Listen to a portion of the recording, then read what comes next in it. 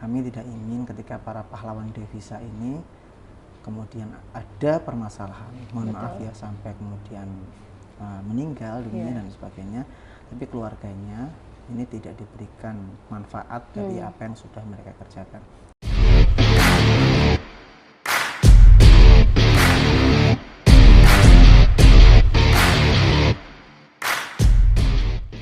Halo seluruh Jatim, kembali berjumpa dalam Go Up, Golkar Update, dan kali ini kita akan ngobrol seputar Perda Migran.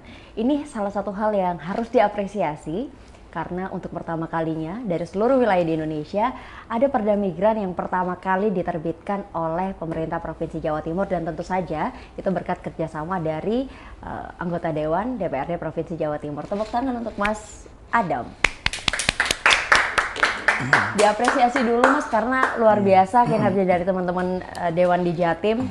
Kenapa sih Mas kok akhirnya cuma Jawa Timur loh yang akhirnya bisa mengeluarkan ini? Why? Karena kita ini kan salah satu penyumbang terbesar pekerja migran Indonesia. Ya.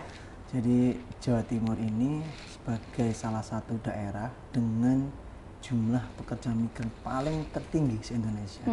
Sehingga kami selaku anggota DPR tentu merasa terpanggil ketika para pekerja migran kita ini yang bekerja di luar negeri ini sedang bermasalah ataupun mendapatkan permasalahan. Oke. Kemudian dan juga sering banyak laporan-laporan kepada kami berkaitan dengan kondisi pekerja migran di sana. Karena para pekerja migran ini pahlawan kita loh. Betul, pahlawan devisa ya. Kalau tidak ada pekerja migran, apalah kita ini, gitu ya. Oke. Artinya kan banyak laporan juga sebelumnya yang masuk ya Mas Adam ya. Sebelum dibahas soal laporan itu, yang menjadi pertanyaan saya juga, dari seluruh perda yang ada, kita mengetahui Dewan itu kan banyak sekali draft-draft perda yang dibahas begitu ya. Tapi sepertinya Perda Migran ini sangat-sangat dikebut begitu pada akhirnya, ya akhirnya launching juga, dan Jatim ini yang pertama kali memiliki yang namanya Perda Migran. Kenapa Mas? Ya karena itu tadi, karena kita betul-betul ingin memastikan. Tapi memang sangat dikebut ya saat itu ya? Tentunya bukan sangat dikebut ya, tapi artinya ketika kita mengerjakan ini juga masukan-masukan dari masyarakat, masukan-masukan dari akademisi, artinya ngebutnya pun juga sesuai dengan aturan dan prosedur yang ada. Kenapa kita ingin segera menyetujui perda ini? Karena kita betul-betul ingin memberikan perlindungan dan jaminan kepada para pekerja migran yang ada di Indonesia ini, khususnya di Provinsi Jawa Timur. Oke, khususnya di Provinsi Jawa Timur.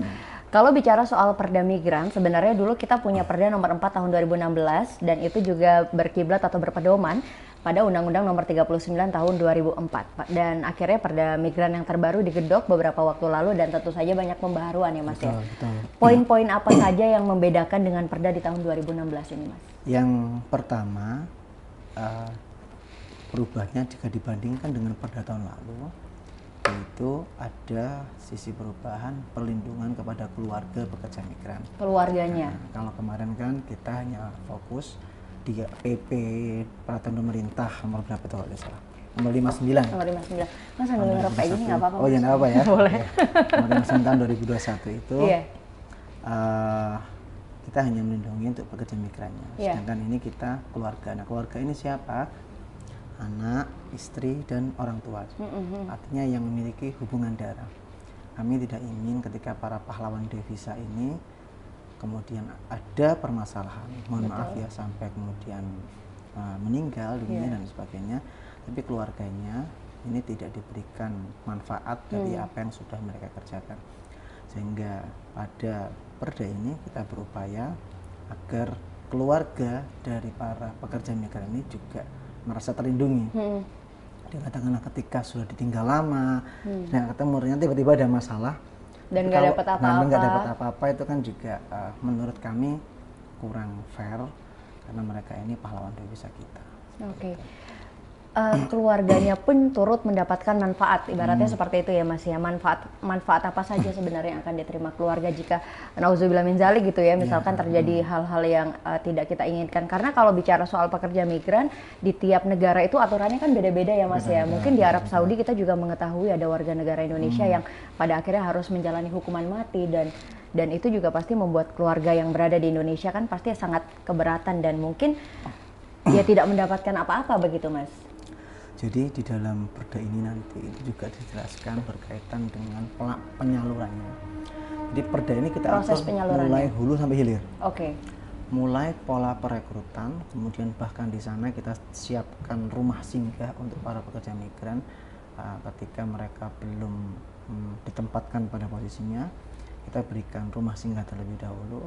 Kemudian di sana ada perusahaan-perusahaan yang memang sudah bekerja sama dengan yang sudah terbiasa untuk perekrutan pekerja migran. Nah, di sanalah kita benar-benar advokasi tentang bagaimana kondisi pekerja migran ini nanti.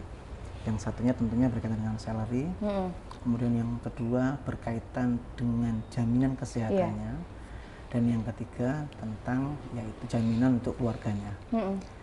Tentu nilai nominalnya berbeda-beda, tidak bisa kita samakan, bergantung pada kekuatan masing-masing yang merekrut dari para pekerja migran ini.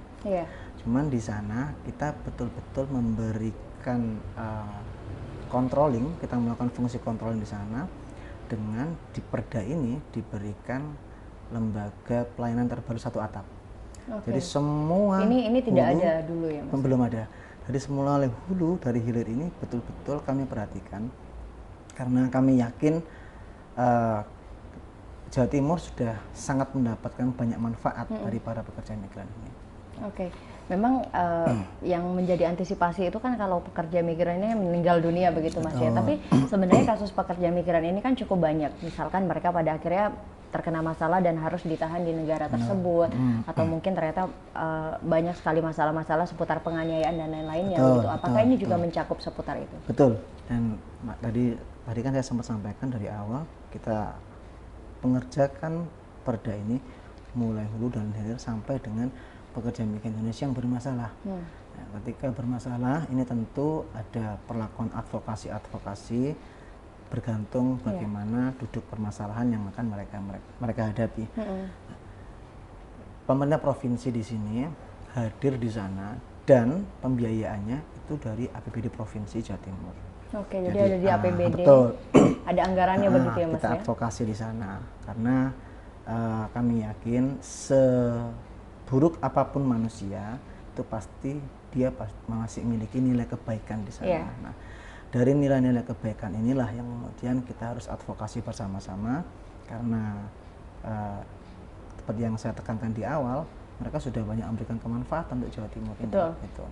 Ya, memang gini sedulur Jatim. Jadi kalau di Indonesia, Jawa Timur ini menjadi daerah pertama, daerah tertinggi atau nomor 1 begitu ya, yang dimana masyarakatnya itu memilih untuk menjadi pekerja migran ya Mas ya. Dari 72.624 se-Indonesia, 28.810 atau 39,6% itu berasal dari Jawa Timur. Untuk itu Jawa Timur menjadi daerah pertama yang akhirnya menggedok perda migran untuk membuat para pekerja migrannya juga dan juga keluarganya merasa aman. Karena memang diketahui ketika pekerja migran berangkat itu yang sangat keberatan biasanya keluarganya ya Mas ya. Nggak usah berangkat gitu ya. Berat lah ya kan? Berat karena ketika mereka mungkin salary besar, tapi ketika kembali dan terjadi sesuatu ya keluarganya memang tidak akan mendapatkan apa-apa gitu. Seperti katanya Dilan kan, mereka tinggal karena nanti akan muncul rindu dan rindu itu berat. Dan rindu itu berat Mas ya, biar aku aja, kamu jangan, kamu nggak bakal kuat. Oke, Mas Adam, tapi sejauh ini selaku Komisi E begitu ya, yang juga berurusan untuk membahas seputar pekerja migran. Laporan-laporan yang masuk sejauh ini seputar apa sih Mas? Keluhan-keluhan para pekerja migran, baik pekerjanya maupun keluarganya.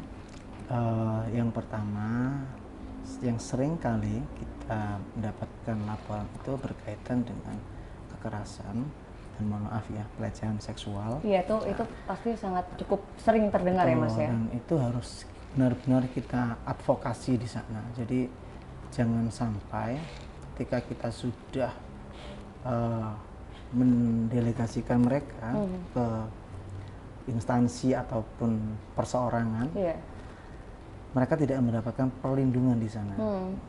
Keluarga yang ditinggalkan, kami yakin memiliki ekspektasi yang besar terhadap yang bersangkutan, bahwa yang bersangkutan bisa merubah nasib ekonomi keluarganya. Nah, ketika sudah terikrarkan seperti itu, tentu kita harus betul-betul fokus tentang kondisi pekerja ini. Jangan sampai ketika mereka sudah jauh dari keluarga, tapi masih mendapatkan kontak-kontak fisik yang tidak baik dan sebagainya. Ini yang kemudian kita tekankan betul, dan kita dalam perda ini ada sanksi administratif yang itu besarannya tentu disesuaikan dengan pelanggaran-pelanggarannya. Kami mengatur betul sanksi administratif di sana dan sanksi-sanksi bagi instansi atau perseorangan yang berlaku sewenang-wenang terhadap para pekerja migran kita.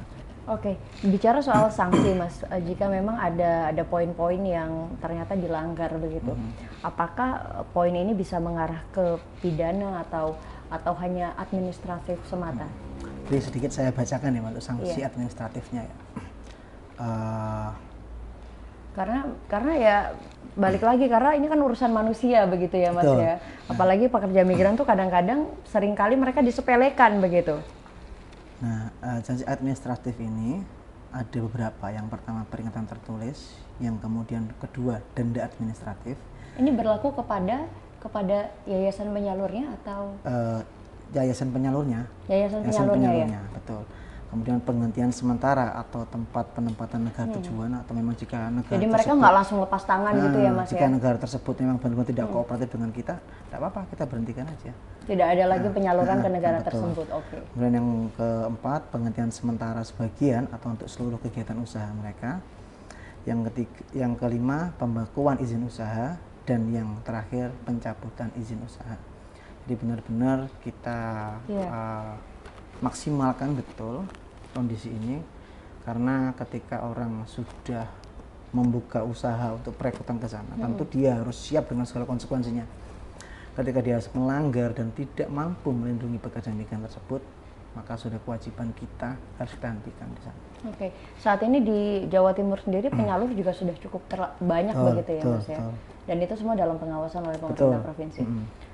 Baik, Mas, karena waktu podcastnya juga tidak terlalu panjang, yang terakhir, jika mungkin saat ini pekerja migran juga menyaksikan tayangan ini begitu, dan mereka menemukan masalah-masalah yang terjadi di sekitarnya, atau ada masalah hukum memang yang berkaitan dengan mereka, dan mungkin sudah lapor kepada penyalurnya atau yayasannya tapi tidak dapat respon yang baik, apa yang harus mereka lakukan?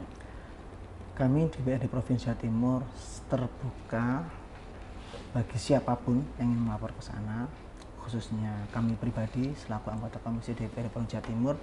Monggo silahkan dilaporkan kepada kami. Kebetulan hari ini kami dari Partai Golkar Provinsi Jawa Timur, kami akan dengan sangat terbuka 24 jam menerima masukan dari masyarakat.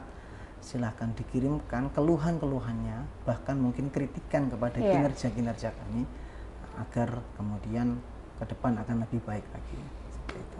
Jadi memang kalau sudah lapor ke penyalur tapi ternyata tidak ada respon yang baik, zong gitu ya ibaratnya, silahkan langsung datang. Kami siap memberikan advokasi penuh di sana. Advokasi penuh, jadi memang langsung ditengahi begitu ya, Mas ya, dan juga ditemukan permasalahan hukumnya harus dilakukan secara apa. Mas Adam, terima kasih banyak sudah bersedia bergabung bersama kami, karena jadwalnya Mas Adam ini padat banget. Sebelum itu izinkan saya untuk menyampaikan terima kasih kepada seluruh para pekerja migran yang ada di Jawa Timur, karena telah memberikan manfaat kepada Provinsi Jawa Timur, dan untuk jenengan-jenengan yang menjadi pahlawan devisa, kami akan berupaya untuk melindungi jenengan-jenengan semua.